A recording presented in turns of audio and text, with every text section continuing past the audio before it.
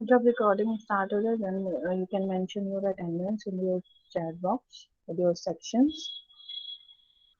Last lecture में हम लोगों ने डिस्कशन किया था ओवर स्पेशल ऑडिट और स्पेशल ऑडिट के सर्कमस्टेंसेस क्या होने चाहिए, why and how special audit is conducted, और स्पेशल ऑडिट के जो income as per income tax act क्या प्रोसीजर था और कौन कौन सी चीजें क्या content as per the act income tax act होना चाहिए। और एज पर अगर हम लोग बात करें तो कंपनीज एक्ट होना चाहिए जो कंटेंट हम फॉर स्पेशल ऑडिट हम लोगों ने उस पर डिस्कशन किया था। फुल डिस्क्लोजर बेसिकली ये स्पेशल ऑडिट अलग कैटेगरी इसलिए बनाई गई है, कई सारे स्पेशल केसेस होते हैं जैसे फॉर एग्जाम्पल अगर हम लोग बात करें तो बैंकिंग इंडस्ट्री में कई बार हम लोग इस तरह की चीजें चाहे वो पीएनबी के साथ हुआ हो या महाराष्ट्र का रीजनल रूरल बैंक था उसके साथ हुआ हो, ऐसे बहुत सारे सर्कमस्टेंसेस आते हैं जहां पर हमें स्पेशल ऑडिट की नीड होती है। और बैंक के लिए ही क्यों, बैंक के लिए इसलिए क्योंकि इकोनॉमिक डेवलपमेंट के लिए बैंक एक स्ट्रक्चरल बहुत बड़ा रोल प्ले करते हैं और बहुत इम्पोर्टेंट होता है क्योंकि जो लोकल लेवल पे लोग होते हैं जो इन्वेस्टर्स होते हैं लार्ज अमाउंट में कैश इन्वॉल्व होता है, इसलिए भी बहुत जरूरी होता है और स्पेशल ऑडिट कराया जाता है बैंक्स का। आज हम लोग बैंक के बारे में और उसके बारे में आगे बात करेंगे। सबसे पहले समझ लेते हैं व्हाट इज बैंक। अगर हम लोग इनिशियल लेवल पे स्टार्ट करें बैंक को समझना, तो पहले क्या होता था कि पहले जो साहूकार टाइप के लोग होते थे या जो जिनके पास ठीक ठाक अमाउंट होता था और बहुत जमीन जायदाद हुआ करती थी, लोग क्या करते थे उनसे पैसा उधार ले लेते थे और वो अपना कुछ इंटरेस्ट ब्याज लगा कर देते थे और वो उनको प्रिंसिपल अमाउंट और वो उतना इंटरेस्ट सब दे देते थे।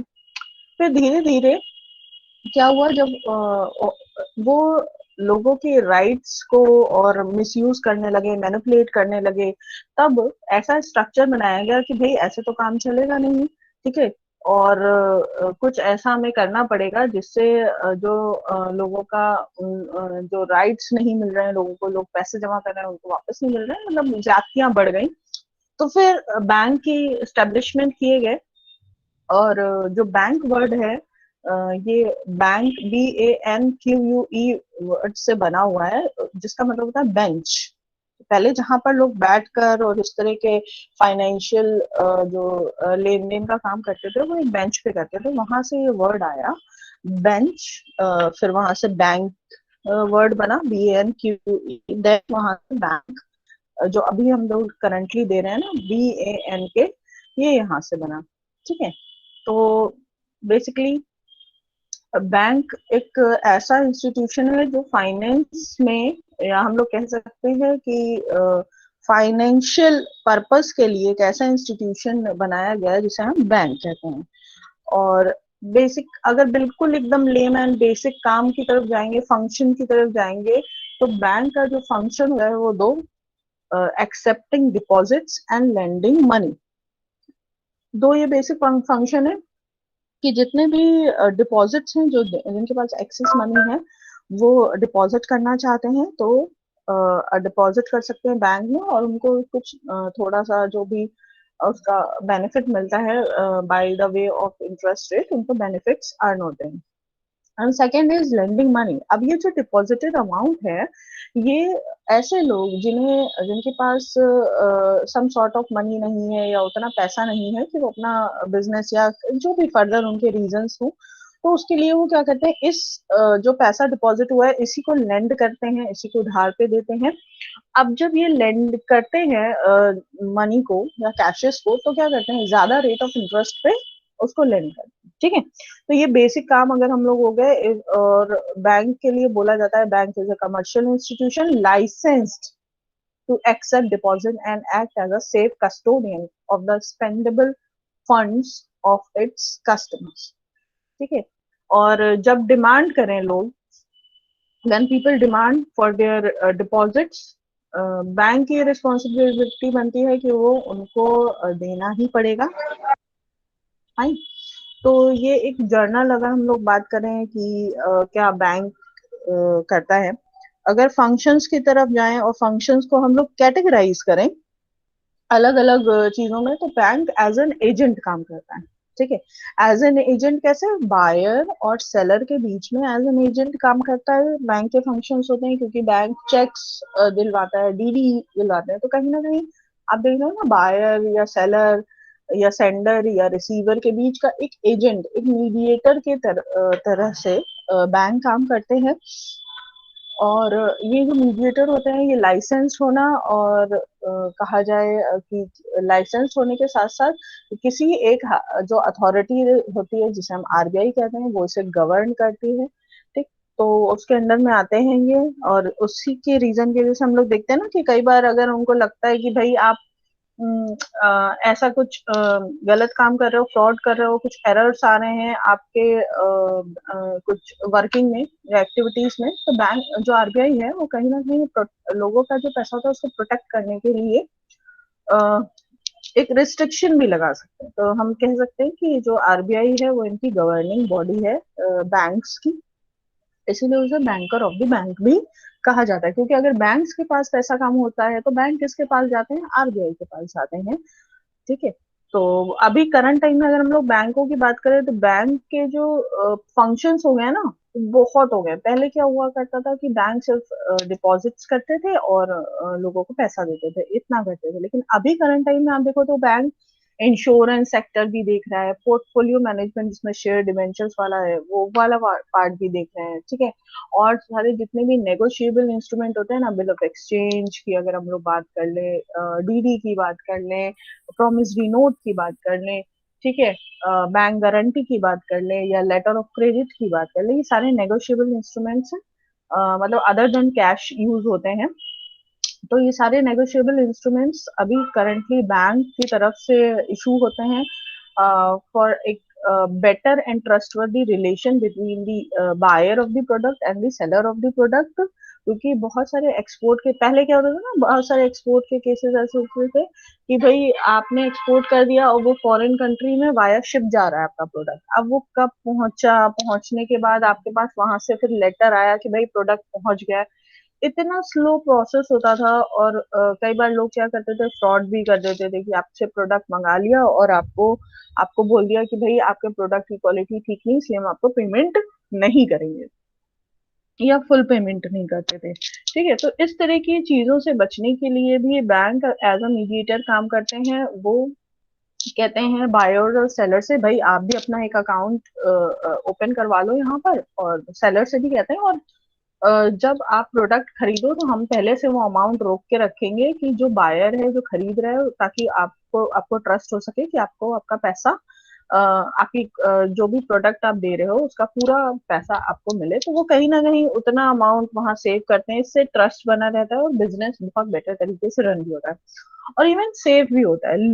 पहले क्या होता था ना, लोग कैश कैरी करके चलते थे तो रास्ते में लूट्स हो जाती थी। हाँ, पैसा लोगों का ले लिया जाता था, कैश कैरी करना बहुत रिस्की होता था।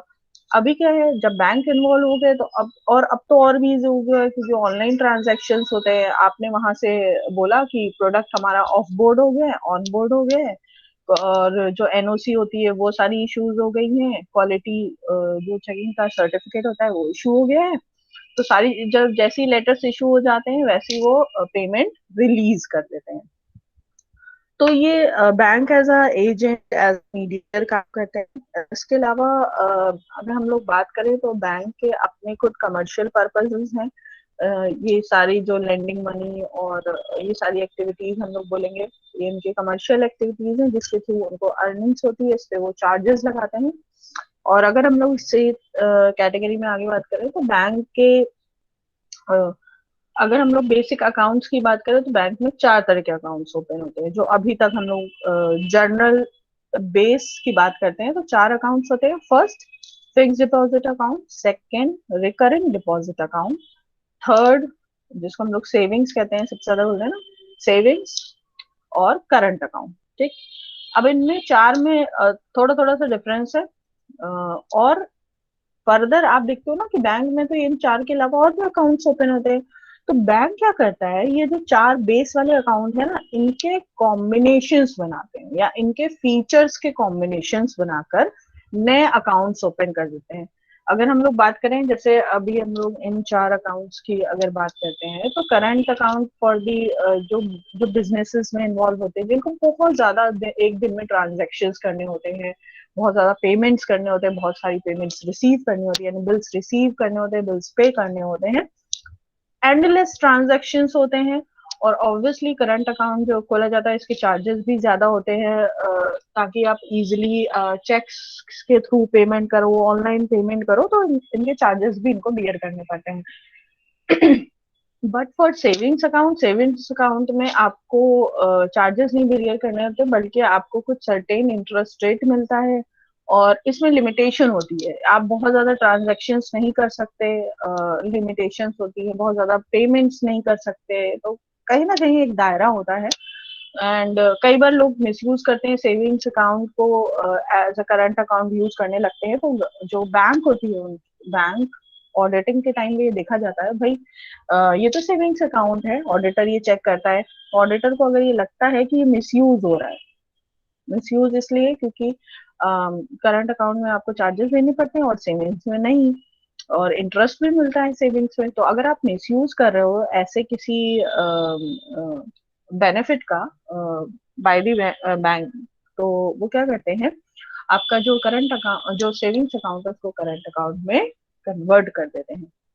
ओके, नेक्स्ट अगर हम लोग बात करें फिक्स डिपॉजिट अकाउंट, तो फिक्स डिपॉजिट डिपॉजिट या रिकरिंग डिपॉजिट दोनों में ही टेन्योर होता है, मेच्योरिटी पीरियड होती है, बट फिक्स्ड में एक सर्टेन अमाउंट लाइक 10,000 है, आपने 10,000 1 ईयर के लिए फिक्स कर दिया, ठीक है, 1 ईयर बाद आपको उसमें कुछ इंटरेस्ट एड ऑन के मिल जाएगा, ठीक है, तो वो हो सका आपको 12,000 मिल रहे हैं आपको 1 ईयर के बाद में, तो ये आपका अगर हम लोग बात कर, ठीक है, तो ये हो गया फिक्स डिपॉजिट अकाउंट। और अगर हम लोग रिकरिंग डिपॉजिट अकाउंट की बात करते हैं, तो रिकरिंग में क्या होता है कि आप ग्रेजुअली रिकर करते हो अपना अकाउंट, लाइक हर मंथ आप कुछ उसमें डिपॉजिट करते हो, जो जो धीरे धीरे जाके उसका मेच्योरिटी पीरियड तक पहुंचता है, धीरे धीरे आपको उसमें इंटरेस्ट मिलता रहता है, यानी आप आपके पास जो इकट्ठे अमाउंट आपने फिक्स करा दिया, जब आपके पास एक साथ पूरा अमाउंट नहीं हो पा रहा है, तो बैंक आपको फैसिलिटी देती है, भाई आपके पास इकट्ठे नहीं हो पा रहा है, तो आप ऐसा करो ना,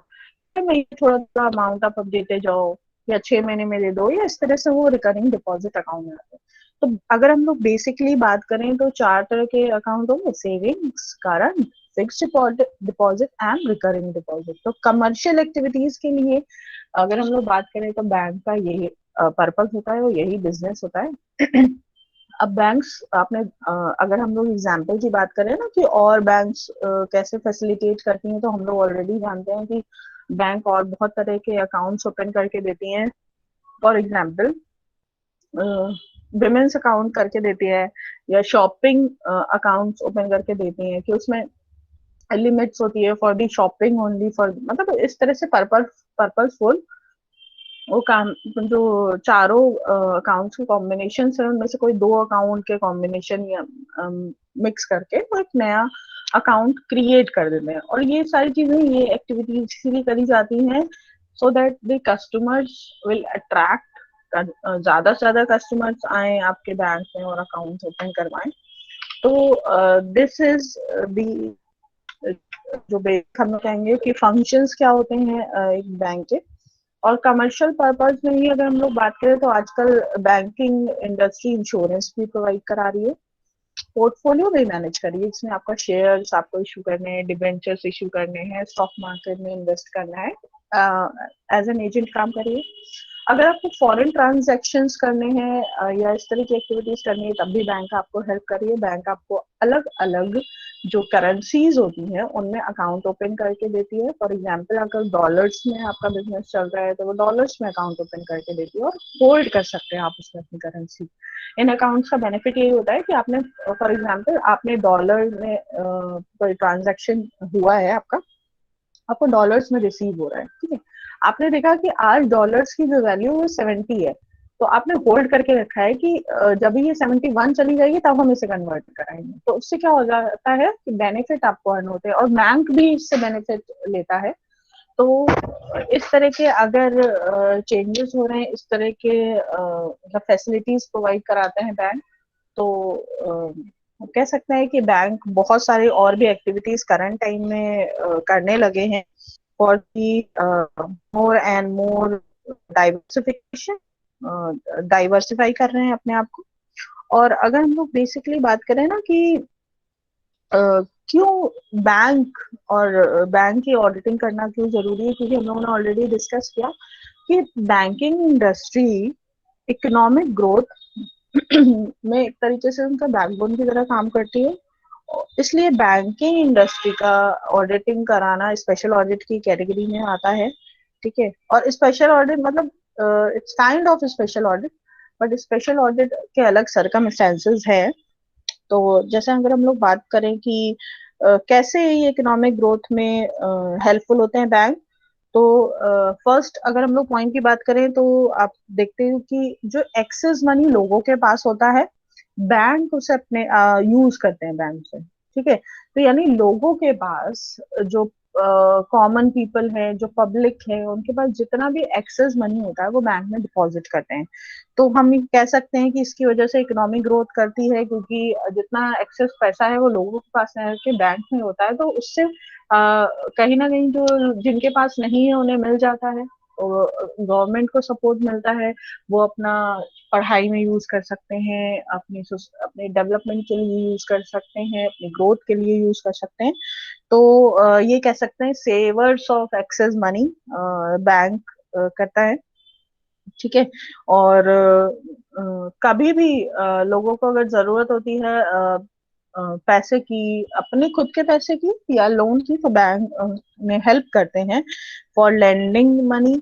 अगर वो कहीं इन्वेस्टमेंट करना चाहते हैं तो ऑब्वियसली बैंक उन्हें कुछ सर्टेन इंटरेस्ट रेट पे, भाई अभी आपके पास उतना सारा पैसा नहीं है बट आप किसी आप प्रोजेक्ट में इन्वेस्ट करना चाहते हो, तो ऑब्वियसली बैंक आपको हेल्प करता है कि भाई आप कोई भी सिक्योरिटी के बिहाफ पे ले सकते हो। अच्छा, इंडिया में अगर हम लोग बात करें तो यहाँ पे तो बहुत सिक्योरिटी वाला पैरामीटर तो बहुत इफेक्टिवली कहा जाए लिया जाता है।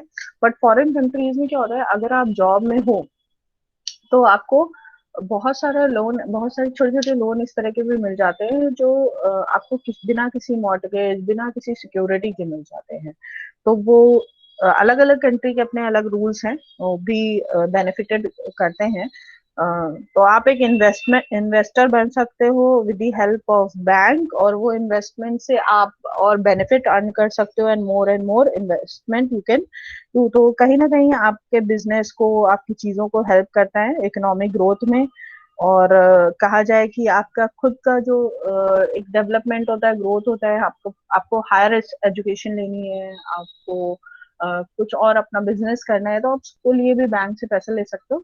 तो बेसिकली हमारी इकोनॉमिक ग्रोथ की अगर हम बात करें तो ये सारे फैक्टर्स हमारी इकोनॉमिक ग्रोथ में हेल्प करते हैं।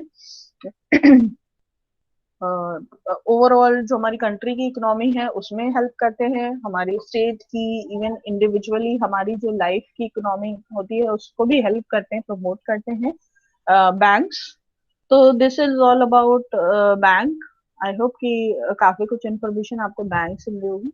अब हम लोग आ जाते हैं banking act. It is banking regulation act 1949। अगर हम लोग बात करें तो 1949 एक्ट जो है, ईयर में एक्ट आया था, चार्टर्ड अकाउंटेंट एक्ट भी आया था। ठीक है, तो याद रहेगा दोनों, banking regulation act 1949 and chartered accountant act 1949। ठीक, अब इनके सेक्शन 5B में कहा गया है बैंकिंग की डेफिनेशन, एंड सेक्शन 5C में दी गई है बैंकिंग कंपनीज की डेफिनेशन। ओके, तो banking means accepting for the purpose of lending or investment of deposits of money from the public, repayable on demand or otherwise, and withdrawable to checks, drafts, order or otherwise। यानी banking का मतलब है कि पैसा land करना और accept करना। ठीक है, डिपॉजिट्स को, और जब रीपेबल हो, डिमांड हो, तब आपको उसे एक सर्टेन टाइम में, जब आपके कस्टमर्स डिमांड करें तो आपको रीपेमेंट करने हैं। फाइन। सेकेंड आ जाता है बैंकिंग कंपनीज, जो एज पर सेक्शन 5C में बोला गया है what is banking company as any company which transact the business of banking in India. कोई भी कंपनी जो बैंकिंग जो ऊपर हम लोगों ने पढ़ा है ना, ये वाला, ठीक है, बैंकिंग के जो भी फंक्शंस हैं जो ट्रांजैक्ट करती है एक बिजनेस इन इंडिया में, वो उसको हम लोग बोलेंगे बैंकिंग कंपनी। एंड ठीक है, अब हम लोग बात करते हैं बिजनेस ऑफ बैंकिंग कंपनी। अभी तक हम लोगों ने बात करी अभी ऊपर कि बैंकिंग कंपनी क्या होती है, अब bank business of banking company क्या होता है, कौन कौन सा बिजनेस है, तो वो ये तीनों जो डेफिनेशन सब दी गई हैं, ये हम लोग बाय दी एक्ट की बात कर रहे हैं, बैंकिंग रेगुलेशन एक्ट 1949 के सेक्शन 6 में 5A में बैंक की डेफिनेशन दी थी, बैंकिंग बिजनेस की दी थी 5C में, और 6 में दी हुई है बिजनेस। ठीक है, क्या बिजनेस कर सकते हैं, ABCDE पॉइंट्स दिए हुए हैं। फर्स्ट है बोरोइंग, रेजिंग और taking up of money. Okay, borrow करते हैं, रेज करते हैं, taking up of money bank का बिजनेस है।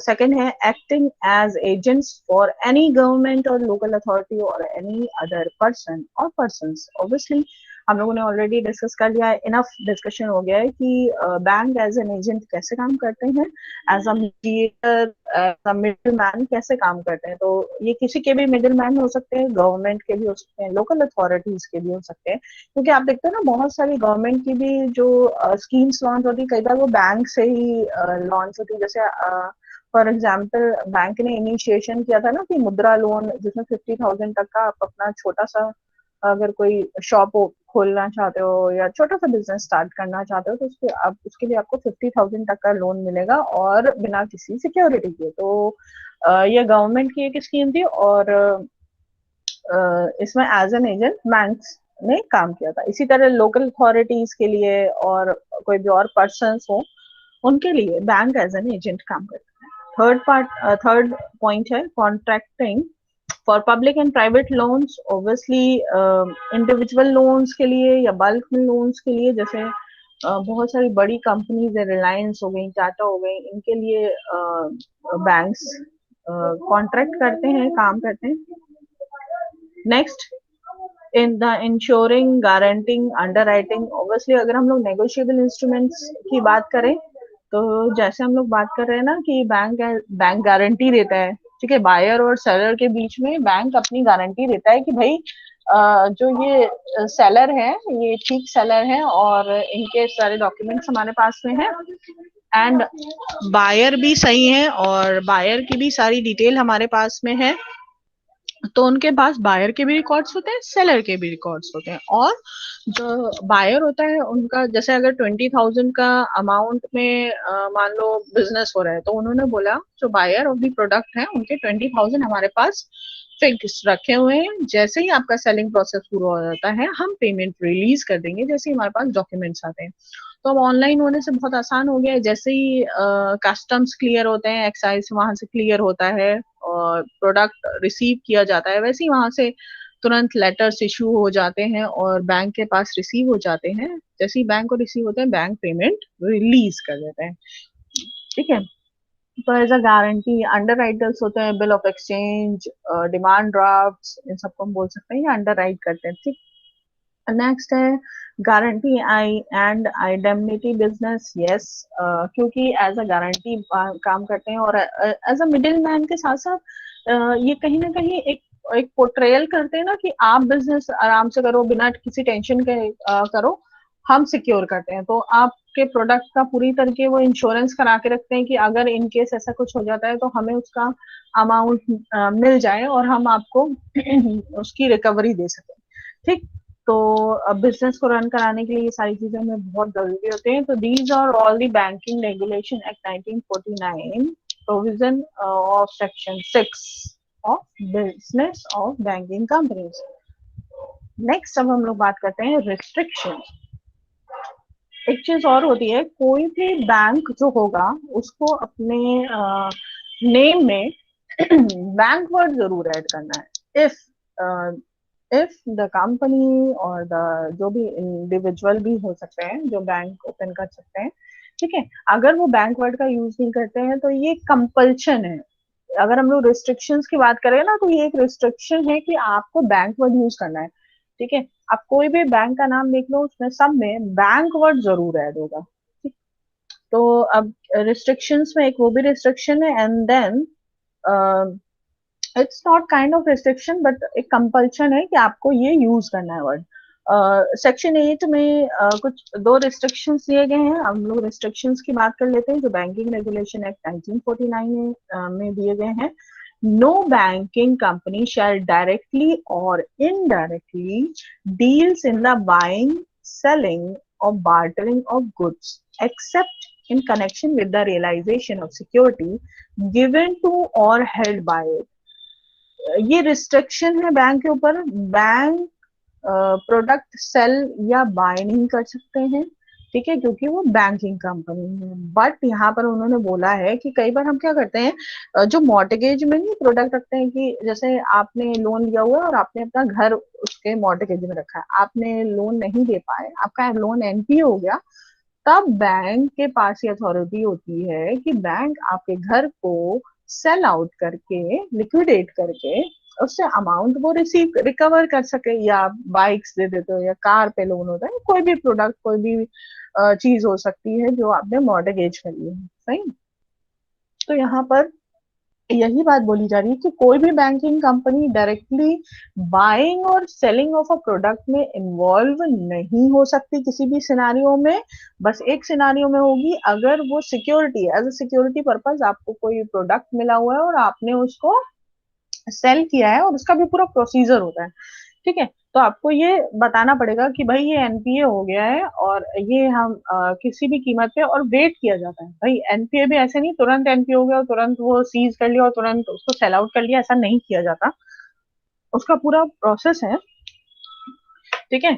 सेकेंड है, no banking company can engage in any trade or buy, sell or barter goods. Barter का मतलब होता है जो हम गुड्स के बदले में गुड्स देते हैं। ठीक है। Bye, sell or barter goods for others otherwise than in connection with bill of exchange received for collection or negotiation or with such of its business or is referred to in clause first of sub section 1 of section 6। ठीक है। एक तो हो गई कि securities में आपने कोई भी मॉर्टगेज किया हुआ है, एज एन सिक्योरिटी कोई भी एसेट्स आपने सिक्योर करी हुई है, और जब पेमेंट नहीं हो पाता तो आप उस एसेट्स को बेच देते हैं। सेकेंडली वो ये बात कर रहे हैं कि जितने भी नेगोशिएबल इंस्ट्रूमेंट है, चाहे वो बैंक गारंटी है, बैंक गारंटी अगर नहीं फुलफिल कर पाते हैं तो ये होता है ना कि भाई आपने खरीदा है प्रोडक्ट और आप जो बैंक की गारंटी है वो फुलफिल नहीं कर पा रहे हो, तो सर्टेन चार्जेस लगते हैं, पेनल्टीज लगती हैं। तो यहाँ पर उनकी बात करी जा रही है। वो सर्टेन चार्जेस या बिल्स रहते हैं, बैंक खुद नहीं रिसीव कर सकता, पेनल्टीज जरूर लग सकती है उस पर। अदरवाइज तो वो एक मिसलीडिंग या गलत तरीका या गलत प्रैक्टिस मानी जाएगी, तो वो एक गलत चीज है। तो वही चीज बोली गई है इसमें कि जिसमें कोई गुड्स एक्सचेंज हो रहे हो, ठीक है, बिल्स एक्सचेंज पे आप कैंसिल कर दो। जैसे डीडी होता है ना, वो नहीं हुआ तो वो कैंसिल हो गया। ठीक। चेक्स नहीं हुए तो वो कैंसिल हो गए, तो कैंसिल करते हैं। कैंसिल करने के साथ साथ आप बैंक एक पेनल्टी लगा सकता है, पर बिल्स नहीं जनरेट कर सकते खुद से। वो दो कंपनी या दो बायर एंड सेलर, जो भी उनका एग्रीमेंट हो, जो भी उनके बीच में आपस में डिस्कशन हो, वो ही इसको इशू कर पाएंगे। तो these are the two restrictions on the banks. और ये सारी चीजें क्लास हम लोग क्यों डिस्कस कर रहे हैं, क्योंकि हमें पता होना चाहिए ना कि अगर हम बैंक का ऑडिट करना चाह रहे हैं और हमें ये कुछ बेसिक बेसिक चीजें भी नहीं पता है, तो हम लोग बैंक के बारे में, भाई ऑब्वियसली हम लोग कुछ जिस भी इंडस्ट्री का, जिस भी कंपनी का ऑडिट करने जा रहे हैं, अगर हमें उसके बारे में श्योर वाली नॉलेज नहीं है या पूरी नॉलेज नहीं है, तो हम क्या कर पाएंगे, हम अपने ऊपर ही अपने आप को ही पेनलाइज करा के आ जाएंगे, यानी क्योंकि हम अपनी लाइबिलिटीज पूरी नहीं कर पा रहे हैं। ओके। नेक्स्ट हम लोग बात करेंगे functions according to Charles J Wolfel. Charles J Wolfel के अकॉर्डिंग बैंकिंग कंपनी के कुछ फंक्शंस हैं और ये जो फंक्शंस हैं ये इम्पोर्टेंट है बिकॉज जब ऑडिटर ऑडिट करने जाते हैं तो वो ये देखते जरूर हैं कि इन फंक्शंस के अकॉर्डिंग ही बैंक ने काम किया है कि नहीं किया है। इन्हीं फंक्शंस को कैटेगराइज करते हैं और जब अपना ऑडिट प्लान बनाते हैं तो इन्हीं के अकॉर्डिंग वो चेक भी करते हैं। ठीक है, आगे हम लोग बैंकिंग कंपनी का जो प्रोसेस है कि किस तरीके से आप बैंकिंग कंपनी को ऑडिट करते हैं वो हम लोग नेक्स्ट अपने लेक्चर में बात करेंगे। But what are the functions involve in banking industry, Charles J Wolfel के अकॉर्डिंग दिए गए हैं, तो हम लोग बात कर लेते हैं। First, receive demand deposits and pay customers cheque drawn against them and operate automated teller machines. Obviously सबसे पहला है receive demand deposits and pay customers cheque, यानी आपको जो डिपॉजिट्स हैं वो रिसीव करने हैं एंड कस्टमर्स अगर डिमांड करते हैं थ्रू चेक या और जो भी उनके एटीएम मशीन के थ्रू अगर वो डिमांड करते हैं अपने डिपॉजिटेड अमाउंट को तो वो विड्रॉ कर सकते हैं। Okay, receive time and savings deposit, issue negotiable orders of withdrawal and पे इंटरेस्ट देयर ऑन। ऑब्वियसली इस तरह की जितनी भी चीजें हैं, एक्टिविटीज हैं जिसमें इंटरेस्ट इन्वॉल्व है और ऑर्डर्स हैं जिसके थ्रू किसी भी कस्टमर को इंटरेस्ट रिसीव होना है, तो आपकी रिस्पॉन्सिबिलिटी है आपको एज पर दी जो भी आपके स्टैंडर्ड डायरेक्शंस हैं उसके अकॉर्डिंग आपको करना है, फंक्शंस अपने करने हैं। थर्ड है discount notes, acceptance and bill of exchange. Yes, जितने भी नेगोशिएबल इंस्ट्रूमेंट्स है ना, bank guarantee, bill of exchange, demand draft, ये सारी चीजें आपके फंक्शंस में इंक्लूड हैं, आप इनको डिनाई नहीं कर सकते। ठीक है, नेक्स्ट है supply credit to business firm with और without security, issue letters of credit and accept bills drawn thereunder, यानी जो भी क्रेडिट फैसिलिटी है आप फर्म को दे रहे हो आप उन्हें डिनाई नहीं कर सकते। अगर उन्हें आपके यहाँ करंट अकाउंट ओपन कराया हुआ है और आप उनको वो फैसिलिटी जो आपके करंट अकाउंट में है तो यू कैन नेवर डिनाई, क्योंकि आप तभी तो वो बैंक गारंटी इशू कर पाएंगे, तभी अगर वो लेटर ऑफ क्रेडिट इशू करना चाहते हैं, हाँ, या ओवरड्राफ्ट बनवाना चाहते हैं, तो आप इन चीजों को डिनाई नहीं कर सकते। आपको सर्टेन ग्राउंड्स बताने पड़ेंगे। तो ये बेसिकली ये सारे फंक्शंस हैं। नेक्स्ट है transfer money at home and abroad. Obviously अब ऑनलाइन ट्रांसफर हो रहा है, आप पैसा कहीं से भी ट्रांसफर कर सकते हो बहुत आसानी से। अगर ये ऑनलाइन नहीं भी हो रहा तब भी आपके पास चेक्स फैसिलिटी होती है, आप आराम से, अब तो एटीएम्स भी इस तरह से दिए जाते हैं इंटरनेशनली जो वैलिड होते हैं। नेक्स्ट है make collection and facilitate exchange. Obviously अगर आपका बिजनेस एक्सचेंज में हो रहा है यानी फॉरेन करेंसी में हो रहा है तो वो जो एक्सचेंजेस हैं वो जैसा हम डिमांड करेंगे, यानी बैंक के पास ये अथॉरिटी नहीं होती अगर आप अनलेस आप दे दो ना, अगर उन्हें आप बोल देते हो ना बैंक से कि भाई ऐसा करना कि आप अपने अकॉर्डिंग देख लेना और जब भी करेंसी ऊपर जाए तभी आप एक्सचेंज कर देना, या आप खुद से भी कर सकते हो। तो जैसा आप डिमांड करोगे, जैसा आपकी पॉलिसी रहेगी उसके अकॉर्डिंग वो आपको फैसिलिटेट करेंगे। सेवेंथ है issue drafts, cashier cheques, money orders, certified cheques. Obviously demand draft issue करना, ये सारी फैसिलिटीज देना, आप किसी भी इनमें से किसी भी चीज के लिए कस्टमर्स को मना नहीं कर सकते और ये सारे आपके फंक्शंस में इंक्लूडेड है। Furnished safe deposit vault services, extra safety के लिए आपके पास वॉल्ट्स होते हैं, आपके पास लॉकर्स होते हैं, यू कैन सेफली आप उसमें एक सेफ बॉक्स बना के नहीं, लोग अपनी ज्वेलरीज, गोल्ड या इस तरह की चीजों के लिए पेपर्स कुछ स्पेसिफिक होते हैं, इंपॉर्टेंट पेपर्स होता है, आप उन्हें भी वॉल्ट में रखा सकते हो सेफ डिपॉजिट के लिए। बहुत सारे बैंक्स वॉल्ट सर्विस देते हैं। नेक्स्ट है provide custodianship for securities and other valuables. आप अगर सिक्योरिटीज में इन्वेस्टमेंट कर रहे हो, पोर्टफोलियो मैनेजमेंट के लिए भी बैंक्स काम कर रहे हैं आज के टाइम में, एज एन एजेंट काम कर रहे हैं। आप उनको बोलते हो कि भाई हमारा अकाउंट है ये हम ओपन कर रहे हो, जिसमें से 500 रुपीज हमें हर मंथ सिक्योरिटीज में इन्वेस्ट करना है, तो वो इस प्रोसीजर को फॉलो करते हुए एज आपके बिहाफ पे आपके कस्टोडियन बन के आपके बेनिफिट के लिए काम करते हैं और इसके ऑब्वियसली इनके चार्जेस लगते हैं जो आपको पे करने होते हैं। Next, they provide personal loans, credits, and services to individuals and lend or discount customers installment receivable of vendors. Instalment में चाहे पेमेंट रिसीव हो रही हो या इंस्टॉलमेंट में आप पेमेंट कर रहे हो, जिसको हम लोग ईएमआईज बोलते हैं, ठीक है, इक्वेटेड मंथली इंस्टॉलमेंट्स, ये आपको चाहे रिसीव हो रही हो या आप पेमेंट कर रहे हो, इसके लिए भी बैंक सपोर्ट करते हैं, एज अ मीडिएटर काम करते हैं. Act करना fiduciary capacity for individual as well as establish common trust funds. Obviously जैसे प्रोविडेंट फंड हो गया ना, प्रोविडेंट फंड में क्या होता है कि आपकी सैलरी का जो उसका वो है मैक्सिमम लिमिट है 12% ऑफ योर बेसिक सैलरी, ठीक. तो जो प्रोविडेंट फंड होते हैं, पहले तो मतलब होता है प्रोविडेंट फंड का which is provided for the future, ठीक. तो इसमें क्या करते हैं, ये कई अलग अलग कैटेगरीज के होते हैं. तो एक जर्नल हम एग्जाम्पल से समझा देते हैं. तो होता क्या है कि जो कंपनीज होती हैं, यानी जो आपके एम्प्लॉयर ऑफ द फंड है, वो क्या करते हैं, वो इंक्लूड करते हैं कुछ सर्टेन अमाउंट, और आप भी इंक्लूड करते हो किसी एक कॉमन फंड में. यानी फॉर एग्जाम्पल हम अपनी बेसिक सैलरी का 5% जमा कर रहे हैं, तो हमारा एम्प्लॉयर भी उतना ही सबमिट करेंगे, ठीक है. और इसमें मैक्सिमम लिमिट होती है 12% ऑफ द सैलरी. इसमें गवर्नमेंट इसके इंटरेस्ट रेट में छूट भी देती है.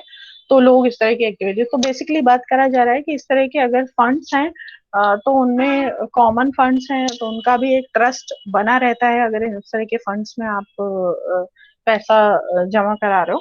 नेक्स्ट है provide corporate trust services, stock transfer agent, registrar, paying agents, इस तरह की एजेंट्स की तरह भी काम करता है बैंक. 13 है act as factors and engage in equipment leasing. अगर आप कोई चीज लीज पे लेकर रहे हो, फैक्टर्स में कहीं से सस्ता खरीद के और कहीं आप हायर रिटर्न्स के लिए ज्यादा रेट्स पे बेच रहे हो, तब भी बैंक आपको हेल्प करते हैं. deals in government securities and underwrite general obligation of state and municipal securities. Obviously government की जो सिक्योरिटीज होते हैं, जिन्हें हम बॉन्ड्स कहते हैं, ठीक है, या किसान विकास पत्र, इस तरह की जितनी भी सिक्योरिटीज होती हैं, इसमें भी बैंक इसको इंड्यूस कराते हैं और इसमें भी हेल्प करते हैं. नेक्स्ट है invest in government and other debt securities. जो गवर्नमेंट की और जो सिक्योरिटीज हैं, उनमें भी invest as an investor help करते हैं आपको इन्वेस्टमेंट के लिए, क्योंकि बैंक एज एन एजेंट काम करते हैं ना, गवर्नमेंट और आपके बीच का एजेंट. नेक्स्ट है एक्ट एज फिजिकल एजेंट और depository for the central government, state and sub division of states. Yes, बहुत सारे आपने देखा होगा ना, ग्रामीण बैंक हैं, बहुत सारे ऐसे बैंक हैं. तो बेसिकली क्या होता है, जहां पर गवर्नमेंट की सर्विसेज नहीं पहुंच पाई, वहां पे जो ग्रामीण बैंक हैं और भी हैं, जिनको हम लोग बोलते हैं ना क्रेडिट सोसाइटीज बनाई जाती हैं. तो उनका काम ही यही होता है, क्योंकि क्रेडिट सोसाइटीज इसलिए बनाई जाती है ना कि वहां के एरिया का डेवलपमेंट हो सके, ठीक. तो इसमें भी एज एन एजेंट हेल्प करते हैं.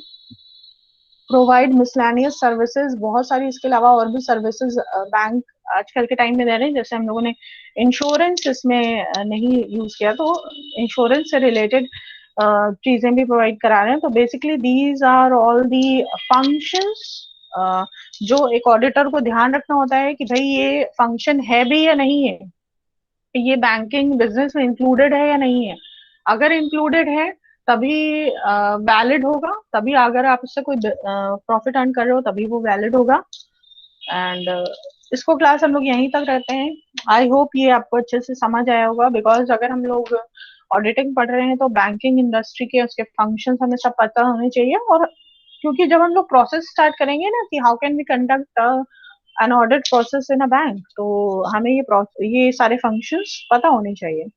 तो नेक्स्ट लेक्चर में ये जो आगे जो कुछ पॉइंट्स अभी हमारे बचे हैं, ये हम लोग नेक्स्ट सेक्शन में कवर करेंगे. Thank you class. And I hope कि आप सबने अपनी अटेंडेंस मेंशन कर दी होगी. श्रुति, सृष्टि, जया, स्नेहा, मेघना, अनमोल, स्वीति, मुस्कान, वंशिका, ऋतु, Shivani, Vaishnavi, Raksha, Prakhar, Utkarsh, Tulika, Ashu, Sadhana, Deepali, Shifali, okay, and Abhay. Is there anyone else जिन्होंने अभी अपनी अटेंडेंस मेंशन नहीं करी है, प्लीज बेटा मेंशन कर दीजिए.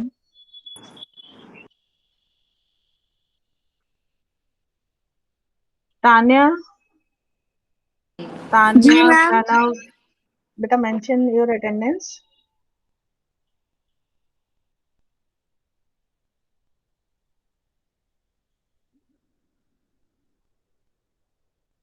Pranav, do mention your attendance बेटा।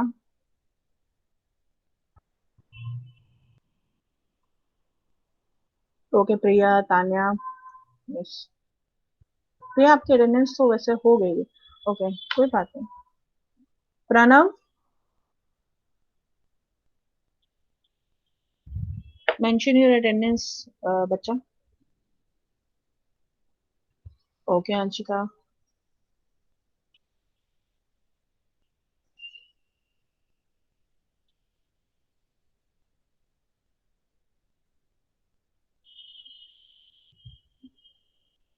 Thank you ma'am.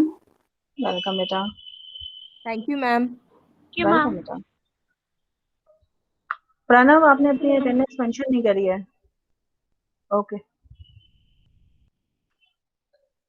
Anshika.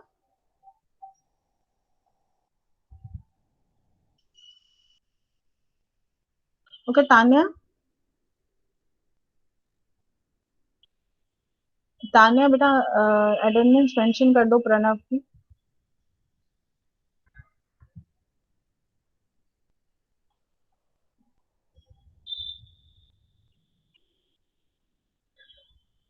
Okay then, thank you class. Thank you ma'am. Welcome बेटा। Thank you, ma'am. Welcome. And stay safe, stay healthy. Thank you, ma'am.